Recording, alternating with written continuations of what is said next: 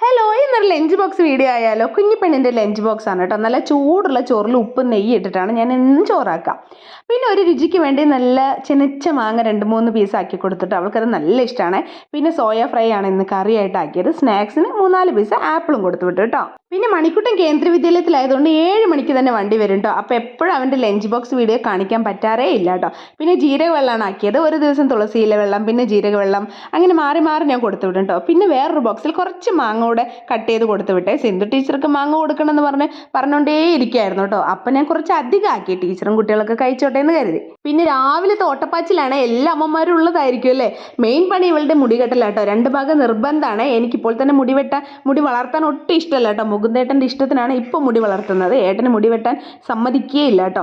അതാണ്. പക്ഷെ ഇതിപ്പോൾ അവർക്കൊന്നും അറിയില്ലല്ലോ. നമ്മളല്ലേ രാവിലെ എണീറ്റ് വാലുമേ തീ പിടിച്ച പോലെ ഓടുന്നത്. പിന്നെ തമ്പട്ടിയൊക്കെ പ്രാർത്ഥിച്ചു കേട്ടോ. അപ്പോൾ ഇന്നത്തെ വീഡിയോ എത്രയുള്ളൂ.